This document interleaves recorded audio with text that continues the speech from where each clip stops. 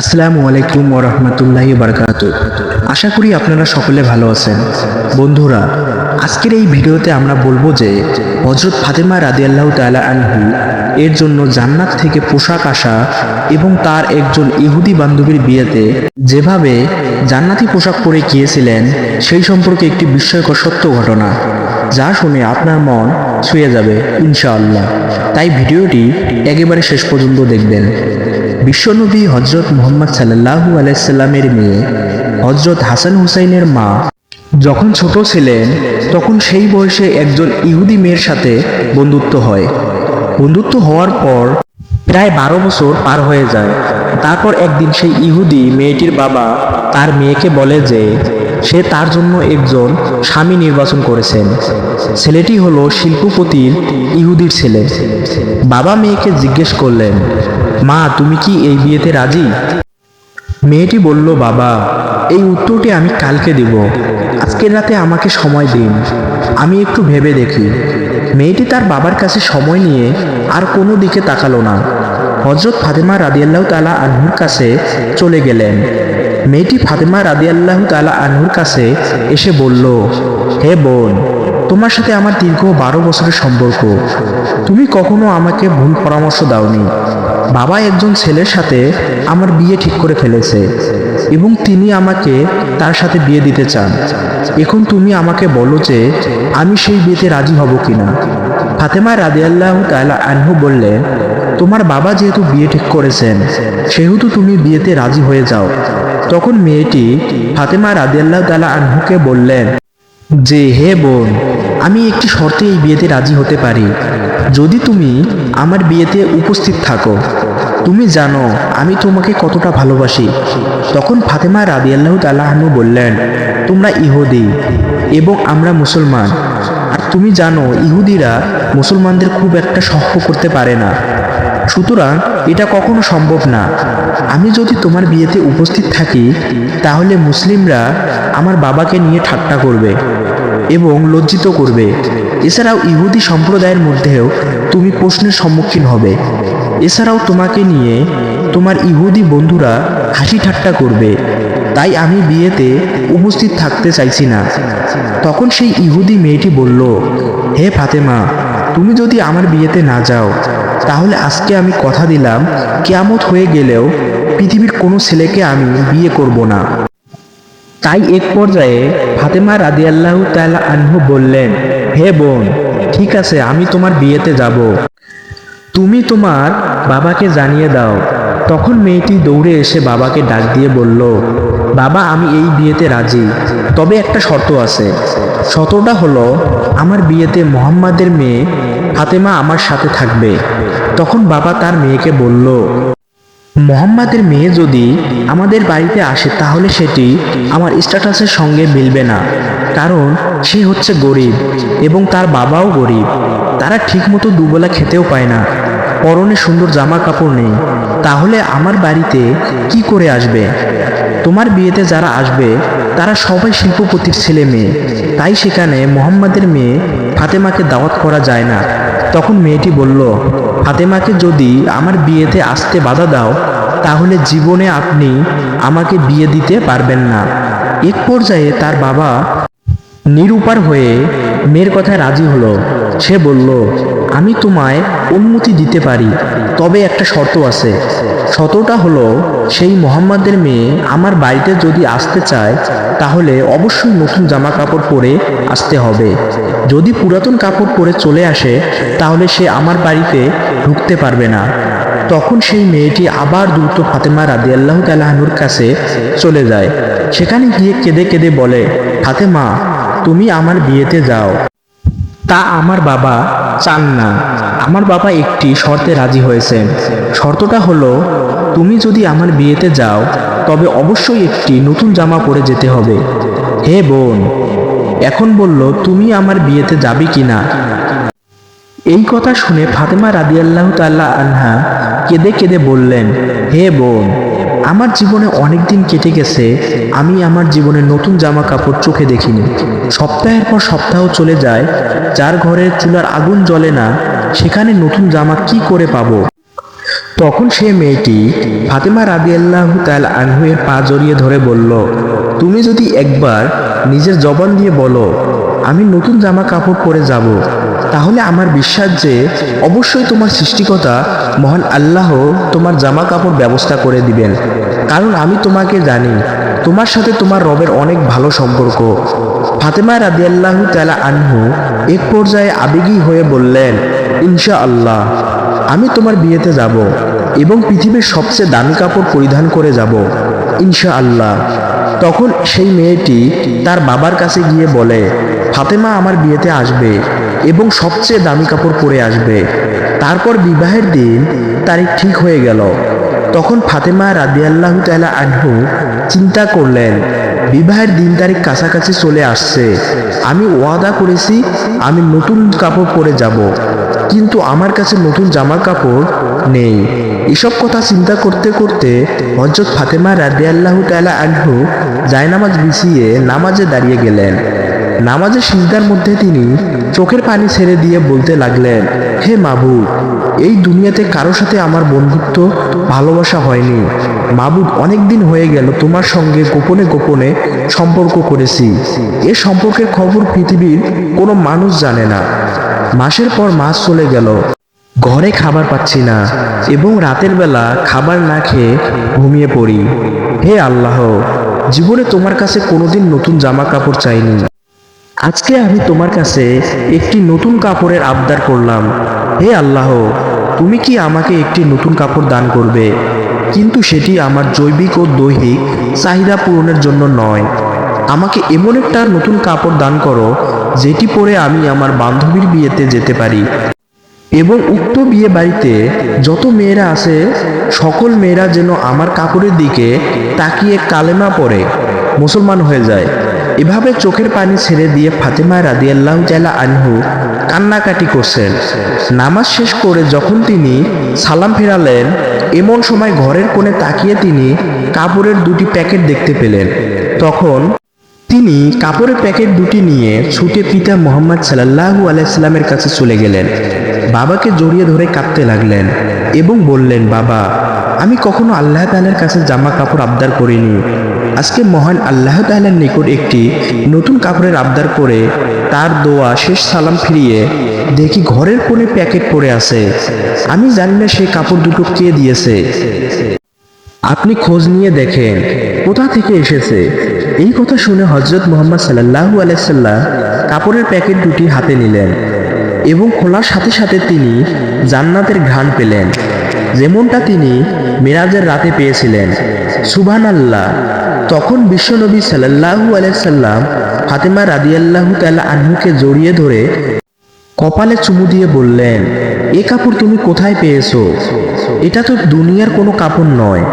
তুমি আল্লাহর সাথে যে সম্পর্ক করেছো, ফাতেমা, আল্লাহ তোমার উপর সন্তুষ্ট হয়েছেন এবং তোমার দোয়া কবুল করেছেন।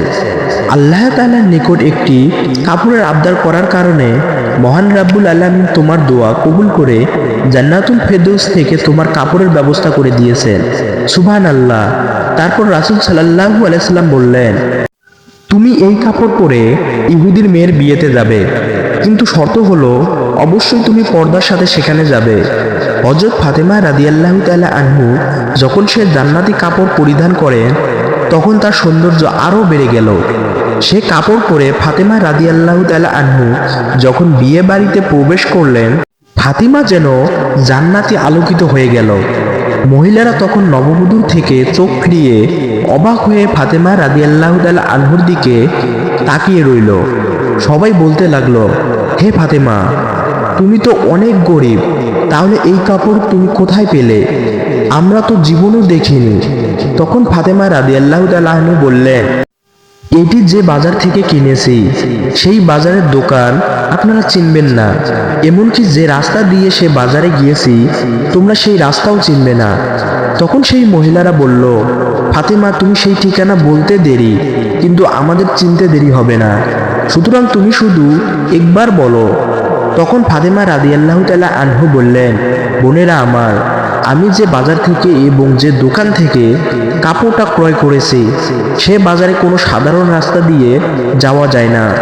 ওই দোকানে এবং ওই মার্কেটে যেতে হলে একটি বিশেষ রাস্তা দিয়ে যেতে হয় এবং সেই রাস্তার নাম হলো সিরাতুল মুস্তাকিম, যে রাস্তার জন্য আমার বাবা সব সময় দিনের দাওয়াত দিয়ে থাকে, যে রাস্তার জন্য আমার বাবা তায়েফের একবার রক্তাক্ত হয়েছেন, যে রাস্তার জন্য আমার বাবা উম্মতি উম্মতি বলে সর্বদা ক্রন্দন করে, সেই রাস্তার নাম হচ্ছে সিরাতুল মুস্তাকিম।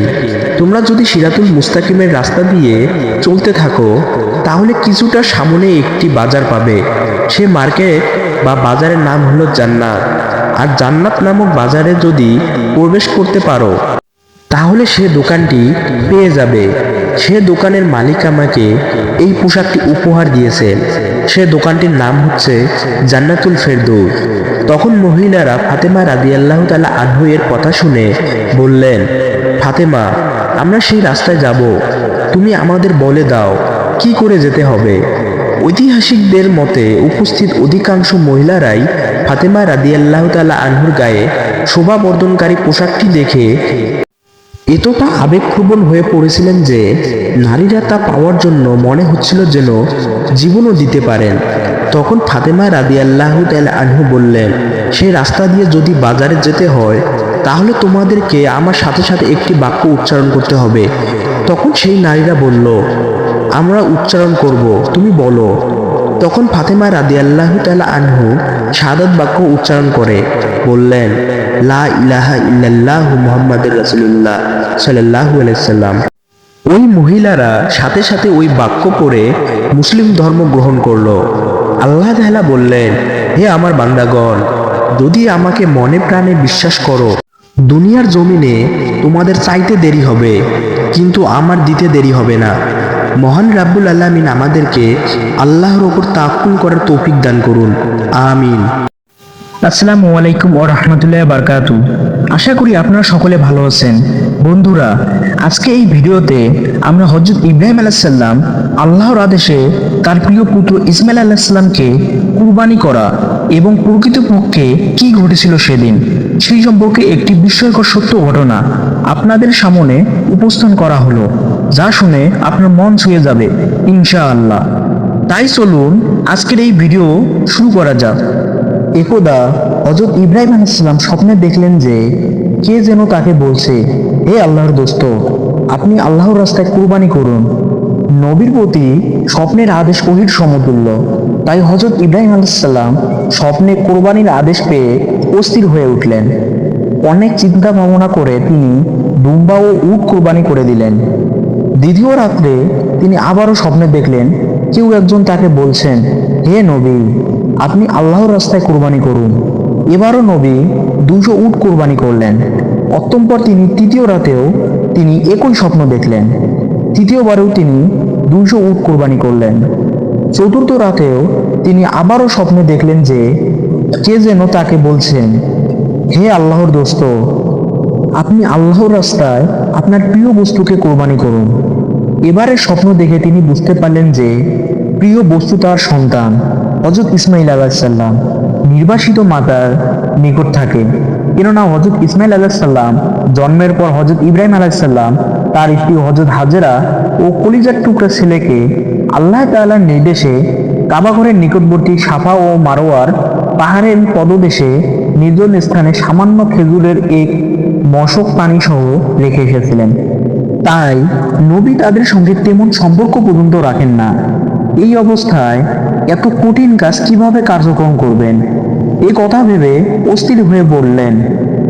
ভোরবেলায় নবী তার আরেক স্ত্রী সায়রার নিকট তার স্বপ্নের কথা আলোচনা করলেন। সায়রা নবীকে অতি সত্বর স্বপ্নের আদেশ কার্যকর করার জন্য বিশেষভাবে অনুরোধ করলেন। তাই হযরত ইব্রাহিম আলাইহিস সালাম অত্যন্ত ভারাক্রান্ত মন নিয়ে মক্কার পথে রওনা হলেন। সঙ্গে তিনি একখানা ছুরি ও রশি নিলেন। তিনি মক্কা পৌঁছে হাজেরা যেখানে অবস্থান করতেন সেখানে গিয়ে হাজির হলেন। সেখানে কিছু সময় বিশ্রাম নিয়ে হাজেরাকে বললেন, তুমি ইসমাইলকে ভালো পোশাক পরিয়ে দাও, আতর গোলাপ লাগিয়ে দাও, উত্তম রূপে সাজিয়ে দাও। ইসমাইলকে আমি এক জায়গায় নিয়ে যাব। অনেকদিন যোগাযোগ না থাকার পর পিতা ও পুত্রের নতুন করে গভীর সম্পর্ক হতে যাচ্ছে দেখে হাজেরা খুব খুশি হলেন এবং পুত্র ইসমাইলকে উত্তম রূপে সাজিয়ে দিলেন। হযরত ইসমাইল আলাইহিসসালাম এর বয়স ছিল তখন 13-14 বছর। দেখতে ফুটফুটে সুন্দর। হযরত ইব্রাহিম আলাইহিসসালাম পুত্রকে নিয়ে রওনা হলেন। ইতিমধ্যে শয়তান এসে বিবি হাজরাকে বলল, তোমার পুত্র ইসমাইল কোথায়? হাজরা বলল, তার পিতার সঙ্গে এক জায়গায় গিয়েছে। শয়তান বলল, মিথ্যে কথা, তোমার স্বামী পুত্রকে কুরবানি করার জন্য আল্লাহ তাআলার আদেশ পেয়েছেন। সে ইসমাইলকে কুরবানি করার জন্য এক নির্জন স্থানে নিয়ে যাচ্ছেন।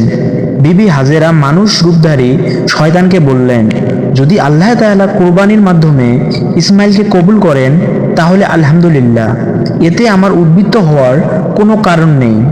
শয়তান যখন এখানে কোনো সুবিধা করে উঠতে পারল না, তখন হযরত ইব্রাহিম আলাইহিসসালামের নিকট গিয়ে পিছন থেকে ইসমাইল আলাইহিসসালামকে বলল, ইসমাইল, তুমি কোথায় যাচ্ছ? ইসমাইল আলাইহিসসালাম বললেন, আমি আমার পিতার সঙ্গে এক জায়গায় যাচ্ছি। শয়তান বলল, আল্লাহ তাআলার নির্দেশে তোমাকে কুরবানি করার জন্য নিয়ে যাচ্ছে। একটু পর তোমার গলায় ছুরি চালিয়ে আল্লাহর নামে কুরবানি করা হবে। হযরত ইসমাইল আলাইহিসসালাম তখন বললেন, আল্লাহ তাআলা যদি আমার বাবার মাধ্যমে আমাকে কুরবানি করেন তাহলে আমার জীবন ধন্য হবে, এতে আপত্তি করার কোনো কারণ নেই। অতঃপর তিনি পিতাকে সম্বোধন করে বললেন, হে পিতা, পিছন থেকে কে যেন বলছে আপনি আমাকে কুরবানি করার জন্য নির্জন স্থানে নিয়ে যাচ্ছেন। তখন হযরত ইব্রাহিম আলাইহিসসালাম বললেন, শয়তান তোমাকে প্রতারণা করছে, তুমি ওর প্রতি 7 খণ্ড পাথর নিক্ষেপ করো। হযরত ইসমাইল আলাইহিসসালাম পিতার আদেশ পেয়ে 7 খণ্ড পাথর নিক্ষেপ করলেন। ফলে শয়তান দূরে সরে গেল। এ পাথর নিক্ষেপ হজ আদায়ের জন্য একটি জরুরি শর্ত ও সুন্নত হিসাবে গণ্য হয়েছে। হযরত ইব্রাহিম আলাইহিসসালাম মিনা নামক এক নির্জন স্থানে গিয়ে থামলেন এবং পুত্রকে বললেন, হে প্রিয় পুত্র, আমি 4 রাত ধরে স্বপ্নযোগে কুরবানি করার আদেশ পেয়ে আসছি। আমি সে পরিপ্রেক্ষিতে 600 উট কুরবানি করেছি। শেষবারে আমার প্রিয় সন্তানকে কুরবানি করার আদেশ পেয়ে তোমাকে আল্লাহর নামে কুরবানি করার উদ্দেশ্যে এখানে নিয়ে এসেছি।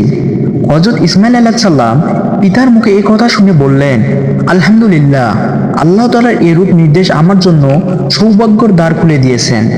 আমাকে আল্লাহ তাআলা কবুল করেছেন, এজন্য আমি অত্যন্ত আনন্দিত। আপনি এ কাজ সমাধান ক্ষেত্রে আমাকে ধৈর্যশীলদের অন্তর্ভুক্ত দেখতে পাবেন। আপনি আর বিলম্ব না করে আল্লাহ তাআলার আদেশ অনুসারে কাজ আরম্ভ করুন। হযরত ইব্রাহিম আলাইহিসসালাম বললেন, ইহা আমি কিভাবে সমাধান করব? ইসমাইল আলাইহিসসালাম উত্তরে বললেন, প্রথমে আপনি আমার হাত পা বেঁধে নিন, এরপর আমাকে বিপরীত দিকে কাত করে শুয়ে নিন, যেন আপনি সরাসরি আমার মুখমণ্ডল না দেখতে পান। তারপরে আমার গলদেশে ছুরি চালনা করুন, এতে আপনি কৃতকার্য হবেন। তৃতীয়ত, আমার রক্তে ভেজা কাপড়গুলো আমার আম্মার হাতে পৌঁছে দেবেন। তিনি এগুলো দেখে আল্লাহর রেজমন্দির ওপর খুশি থাকবেন এবং আমার কথা স্মরণ করে কিছুটা স্বস্তি লাভ করবে, কারণ তার আর কোনো সন্তান নেই যার দিকে তাকিয়ে তিনি স্বস্তি লাভ করতে পারেন। হযরত ইব্রাহিম আলাইহিসসালাম পুত্রের কথা অনুসারে আস্তিনের মধ্যে রক্ষিত রশিগুলো বের করে তা দিয়ে ইসমাইলের হাত পা বেঁধে নিলেন। অতএব তাকে কাত করে শুইয়ে নিলেন। তারপর আস্তিন থেকে ধারালো ছুরি বের করে বিসমিল্লাহি আল্লাহু আকবার বলে ইসমাইলের গলদেশে ছুরি চালিয়ে দিলেন। কিন্তু তার ছুরি চালনায় কোনো কাজ হলো না। ছুরি ইসমাইল আলাইহিসসালাম এর গলদেশে চামড়ায় কোনো ক্ষতি সৃষ্টি করতে পারল না। তখন ইব্রাহিম আলাইহিসসালাম আরো জোরে শক্ত করে ছুরি চালাতে লাগলো, কিন্তু না, কোনো প্রতিক্রিয়া সৃষ্টি হলো না। তখন ইসমাইল আলাইহিসসালাম বললেন, পিতা, আপনি ছুরির ওপর শক্তি দিয়ে চেপে ধরুন, তাহলে সম্ভবত আপনার উদ্দেশ্য সফল হবে। নবী এবার তাই করলেন, কিন্তু ছুরির তীক্ষ্ণ মাথাও চামড়ার ভিতরে প্রবেশ করে না। তখন ইব্রাহিম আলাইহিসসালাম রাগ করে ছুরি দূরে নিক্ষেপ করলেন। তখন ছুরি বলে উঠল, হে ইব্রাহিম আলাইহিসসালাম, তুমি আমাকে ইসমাইল আলাইহিসসালাম গলা কাটার জন্য একবার বলো, কিন্তু মহান রাব্বুল আলামিন আমাকে 10 বার বারণ করেছেন। অতএব তোমার কথার গুরুত্ব দিব না আল্লাহ তাআলার কথার গুরুত্ব দিব? অতএব তুমি অন্য প্রস্তাব গ্রহণ করো। হযরত ইসমাইল আলাইহিসসালাম ও হযরত ইব্রাহিম আলাইহিসসালাম উভয় ছুরির কথা শুনলেন। ইসমাইল আলাইহিসসালাম তখন পিতাকে বললেন, হে প্রিয় পিতা, সন্তানের মুখের দিকে তাকিয়ে জবাই করা অত্যন্ত কঠিন কাজ। এ কাজ হয়তো আল্লাহ তাআলা পছন্দ করছেন না। অতএব আপনি কাপড় দিয়ে আপনার চোখ দুটি বেঁধে নিন, যাতে আমার চেহারা আপনি দেখতে না পান। তখন আপনার চেষ্টা অবশ্যই কাজে আসবে। হযরত ইব্রাহিম আলাইহিস সালাম হযরত ইসমাঈল আলাইহিস সালামের পরামর্শ অনুসারে নিজ চক্ষু দুটি বেঁধে নিলেন এবং পূর্বের মতো ইসমাইলকে কাত করে শুইয়ে দিলেন। অতঃপর বিসমিল্লাহি আল্লাহু আকবার বলে ছুরি চালালেন। এবার ছুরি সহজে চলল। কলকল করে রক্ত প্রবাহিত হয়ে জবাইয়ের কার্যক্রম সমাধান হলো। আল্লাহ তাআলা তার নবীর শেষ পরীক্ষা সফলতা দেখে সন্তুষ্ট হলেন, যার পরিণামে আল্লাহ তাআলা জিবরাইল আলাইহিস সালাম মারফতে বেহেশত থেকে আনা এক দুম্বাকে জবাই মুহূর্তে ইসমাঈল আলাইহিস সালাম এর স্থলে শুইয়ে দিয়ে ইসমাঈল আলাইহিস সালামকে একটু দূরত্বে দাঁড় করিয়ে রাখলেন, যার সামান্য লেজ মাত্র নবীর পক্ষে সম্ভব হয়নি। হযরত ইব্রাহিম আলাইহিস সালাম জবাইয়ের কাজ সুষ্ঠুভাবে সম্পূর্ণ হয়েছে ভেবে আলহামদুলিল্লাহ পাঠ করলেন এবং চোখের কাপড় খুলে ফেললেন। তখন তিনি যা দেখলেন তা তিনি বিশ্বাস করতে পারছেন না। তাই তিনি একবার চোখ দুটি হাত দিয়ে মুছে চতুর্দিকে তাকালেন। বাস্তব দৃশ্য ভালোভাবে দেখে তিনি ক্ষণিকক্ষণ নিস্তব্ধ হয়ে দাঁড়িয়ে রইলেন। হযরত ইসমাঈল আলাইহিস সালামও নির্বাক। তিনি পিতার দিকে তাকিয়ে রইলেন। ক্ষণিক পরে পিতা পুত্রের কাছে গিয়ে তাকে বুকে জড়িয়ে ধরলেন এবং দু চোখের পানি ছড়িয়ে দিয়ে পাঠ করলেন, সুবহানাকা আল্লাহুম্মা। তারপর পিতা ও পুত্র একত্রিত হয়ে শুকরানা নামাজ আদায়ের জন্য দাঁড়িয়ে গেলেন। এ মুহূর্তে হযরত জিবরাইল আলাইহিস সালাম সেখানে অবতীর্ণ হলেন। তুমি সজোরে উচ্চারণ করেছিলেন, আল্লাহু আকবার, আল্লাহু আকবার, লা ইলাহা ইল্লাল্লাহ। অতঃপর তিনি হযরত ইব্রাহিম আলাইহিস সালামের নিকট এসে বললেন, হে আল্লাহর দোস্ত, আল্লাহ আপনাকে সালাম প্রেরণ করেছেন। আল্লাহ তাআলা নবীকে লক্ষ্য করে আরো বলছেন, হে ইব্রাহিম, তুমি আল্লাহ তাআলার উদ্দেশ্যে তোমার স্বপ্নকে বাস্তবায়িত করেছো। নিঃসন্দেহে এটা ছিল মহা পরীক্ষা। আমি এভাবে আমার সৎ ও উদার বান্দাদের পুরস্কৃত করে থাকি। আমি সন্তান কোরবানির ক্ষেত্র বদল করে পশু কোরবানি দ্বারা পুরস্কৃত করেছি। এক্ষেত্রে আরও যা দিবার তা পরকালের জন্য রইল। আমি আমার সৎ নিষ্ঠাবান বান্দাদের পুরস্কার দিয়ে থাকি। ইব্রাহিম আলাইহিস সালাম আমার ইমানদার কৃতজাত বান্দাদের অন্যতম থাকবেন। হযরত ইব্রাহিম আলাইহিস সালাম আল্লাহ তাআলার প্রেরিত সুসংবাদ শুনে অত্যন্ত খুশি হলেন এবং তার দরবারে শুকরিয়া আদায় করলেন। অতঃপর তিনি ইসমাঈল আলাইহিস সালামকে নিয়ে বিবি হাজরার নিকট চলে গেলেন। সেখানে গিয়ে হাজরাকে সমস্ত ঘটনা খুলে বললেন। হাজরা তখন আল্লাহ তাআলার শুকরিয়া আদায় করলেন। আসসালামু আলাইকুম ওয়া রাহমাতুল্লাহ। আশা করি আপনারা সবাই ভালো আছেন। বন্ধুরা, আজকে আমরা এই ভিডিওতে বলবো যে নবীজি সাল্লাল্লাহু আলাইহি ওয়াসাল্লাম এর পুত্রের মৃত্যুর দিন যে অলৌকিক ঘটনা ঘটেছিল সেই সম্পর্কে একটি বিস্ময়কর ঘটনা, যা শুনে আপনি অবাক হয়ে যাবেন। তাই ভিডিওটি একেবারে শেষ পর্যন্ত দেখুন। মারিয়াম কিপ্তিয়ার ঘরে নবীজি হযরত মুহাম্মদ সাল্লাল্লাহু আলাইহি ওয়াসাল্লামের এক পুত্র সন্তানের জন্ম হয়। বহুকাল অপেক্ষার পর একজন পুত্র সন্তান লাভ করে। সেদিন রাসূল সাল্লাল্লাহু আলাইহি ওয়াসাল্লাম ছিলেন পৃথিবীর সবচেয়ে সুখী মানুষ। তাই পিতৃপুরুষ হযরত ইব্রাহিম আলাইহিস সালামের নাম অনুসারে তিনি তার ওই ফুটফুটে শিশুপুত্রের নাম রাখেন ইব্রাহিম। অতঃপর আরবের সংস্কৃতি অনুযায়ী তার জন্য একজন দুধমাতা ঠিক করা হয় এবং তাকে দুধমাতা উম্মে সাইফের কাছে পাঠিয়ে দেওয়া হয়। নবীজি সাল্লাল্লাহু আলাইহি সাল্লাম ইব্রাহিমের দুধমাতাকে একটি বকরি প্রদান করেছিলেন, যেন তার পুত্রের লালন পালনে কোনো ব্যাঘাত সৃষ্টি না হয়। কিন্তু আল্লাহ পাকের ইচ্ছা ছিল ভিন্ন। হয়তো প্রিয় হাবিব তার প্রভুর প্রতি কতটা সন্তুষ্ট তার পরীক্ষা নিতে তিনি পাঠিয়েছিলেন। এই ফুটফুটে শিশু সন্তানকে জন্মের মাত্র 2 বছর পর দুধমাতা উম্মে সাইফের কাছ থেকে খবর আসে মা মারিয়াল কিপ্তিয়ার নিকট অসুস্থ হয়ে পড়েছে পুত্র ইব্রাহিম। এই দুঃখজনক খবর শুনে সন্তানকে নিজের গৃহে নিয়ে আসেন এবং দিনরাত সেবা করতে থাকেন। কিন্তু কিছুতেই তার উন্নতি হয় না, বরং ক্রমশই খারাপ হতে থাকে। ইব্রাহিমের শারীরিক অবস্থা একেবারে গুরুতর। তখন খবর পাঠানো হয় রাসূল সাল্লাল্লাহু আলাইহি সাল্লামের নিকট। এই সংবাদ বজ্রপাতের মতো আঘাত হানে রাসূল সাল্লাল্লাহু আলাইহি সাল্লামের হৃদয়। ক্ষণিকের জন্য তার পা দুটি শরীরের ভার বহন করতে অক্ষম হয়ে পড়ে। তাই আব্দুর রহমান ইবনে আউফা রাদিয়াল্লাহু এর কাঁধে হাত রেখে কম্পিত হয়ে তিনি ছুটে যান মারিয়া আল কিপ্তিয়ার ঘরে। সেখানে গিয়ে আল্লাহর নবী যখন তার শিশু পুত্রকে কোলে তুলে নেন, ততক্ষণে মৃত্যু পথযাত্রী শিশু ইব্রাহিম। পুত্রের বিচ্ছেদ বেদনায় আশঙ্কা তাকে অসাড় করে তোলে। তার চোখ অশ্রুতে ভরে ওঠে আর নিঃশ্বাস রুদ্ধ হয়ে ওঠে। শ্বাসরুদ্ধ কণ্ঠে তিনি বললেন, হে ইব্রাহিম, আল্লাহর ইচ্ছার বিরুদ্ধে আমরা আজ তোমার কোনো উপকার করতে পারবো না। নবীজির চোখ থেকে গড়িয়ে পড়ে অশ্রুধারা, অবিরাম কান্নায় ভেঙে পড়েন। মারিয়া আল কিপ্তিয়া অতঃপর পিতার কোলে শায়িত শিশুটিকে ধীরে ধীরে মৃত্যুর কোলে ঢলে পড়ে। নবীজি সাল্লাল্লাহু আলাইহি সাল্লাম প্রিয় পুত্রের মুখের দিকে তাকিয়ে উচ্চারণ করেন বিষাদ বাক্য, হে ইব্রাহিম, যদি নিশ্চিত না জানতাম যে আমরা পুনরায় মিলিত হব, তাহলে আজ তো আমরা তোমার জন্য আরো বেশি দুঃখ পেতাম। এক মুহূর্ত পর যখন শিশু পুত্রের হৃদয় স্পন্দন বন্ধ হয়ে যায়, তখন তিনি বললেন, হে ইব্রাহিম, আজ আমাদের চোখ অশ্রুতে পূর্ণ, আজ আমাদের হৃদয় ব্যথায় কাতর, কিন্তু আমাদের প্রভুকে খুশি করা ছাড়া আমাদের আর কিছুই করার নেই। হে আমার পুত্র, আজ আমাদের শোকের সাগরে ফেলে তুমি চলে গেলে।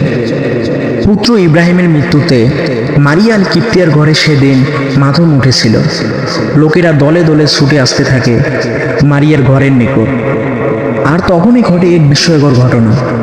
লোকেরা দেখতে পায় ধীরে ধীরে কি এক অন্ধকার যেন গ্রাস করে নিচ্ছে প্রকৃতিকে।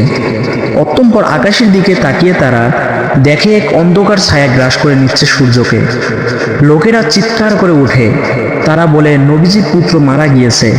তোমরা দেখো, ইব্রাহিমের মৃত্যুতে সূর্যকে ঢেকে নিয়েছে। ইমানদার ব্যক্তিরা কাফেরদেরকে বলল, নবী পুত্রের মৃত্যুতে প্রকৃতিতে অন্ধকার নেমে এসেছে, তবু কি তোমরা বিশ্বাস করবে না? তিনি আল্লাহর সত্য নবী। অবিশ্বাসীদের কেউ কেউ বলে উঠল, সত্যি তিনি আল্লাহর নবী।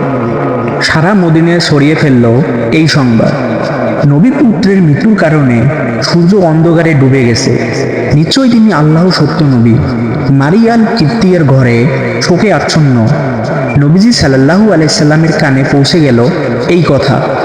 নিজের পুত্রের বিয়োগ বেদনায় তিনি কাতর ছিলেন, তথাপি তিনি উঠে দাঁড়ালেন এবং নিজেকে চাদরে আবৃত করলেন। অতঃপর তিনি মসজিদে গেলেন। তার সূর্যের আলো প্রকাশিত হওয়ার আগ পর্যন্ত 2 রাকাত নামাজ আদায় করলেন। অতঃপর তিনি লোকদেরকে ডেকে বললেন, শোনো হে লোক সকল, কারো মৃত্যু বা জন্মের কারণে সূর্য বা চন্দ্র গ্রহণ হয় না। এরা আল্লাহর অসংখ্য নিদর্শন, এর মধ্যে 2টি নিদর্শন। কাজেই তোমরা যখন সূর্যগ্রহণ হতে দেখবে, তখন সালাত আদায় করবে। আল্লাহর নবী ছিলেন সত্যের প্রতীক। কখনো কোনোদিন একটিবারের জন্য তার মুখ দিয়ে মিথ্যা উচ্চারিত হয়নি। তিনি শুনলেন লোকেরা তার পুত্রের মৃত্যুকে সূর্যগ্রহণের কারণ হিসাবে বর্ণনা করছে। নবী হিসাবে বিশ্বাস করত না, তারাও তাকে বিশ্বাস করতে শুরু করেছে। নিঃসন্দেহে এতে তার অনুসারী সংখ্যা বৃদ্ধি পাবে, কিন্তু তিনি জানতেন তাদের এই বিশ্বাসের ভিত্তি মিথ্যা। তাই তিনি তার সাথীদেরকে বললেন, আমার পুত্র মারা গিয়েছে আল্লাহর ইচ্ছায়, আর সূর্যগ্রহণ আল্লাহ পাকের এক প্রাকৃতিক নিদর্শন। তোমরা এই দুইকে এক করে লোকদের কাছে বর্ণনা করবে না, আর তাদের বিভ্রান্ত করবে না। মিথ্যার ওপর ভিত্তি করে তোমরা আমাকে কিংবা আমার পুত্রকে দেবতার আসনে বসাবে না। আমি আল্লাহর সত্য নবী, কিন্তু মিথ্যার ওপর ভিত্তি করে কখনো সত্য প্রতিষ্ঠিত হয় না। অতীতে বহুবার সূর্যগ্রহণ ঘটেছে, ভবিষ্যতেও ঘটবে, তবে এর সাথে কারো মৃত্যু বা জন্মের সম্পর্ক নেই। যারা ধর্মের নামে গুজব করে, মিথ্যা রটিয়ে নিজেদের বৈষয়িক স্বার্থ উদ্ধার করে, নিঃসন্দেহে নবীজি মুহাম্মদ সাল্লাল্লাহু আলাইহি সাল্লামের ঘটনা তাদের জন্য শিক্ষা। আর তাদের জন্য শিক্ষা যারা নবী মুহাম্মদ সাল্লাল্লাহু আলাইহি সাল্লামের ইসলামকে মিথ্যাবাদী বলে সাব্যস্ত করতে চায়। আল্লাহ তাআলা আমাদের সবাইকে সঠিক পথে পরিচালিত করুন, আমিন।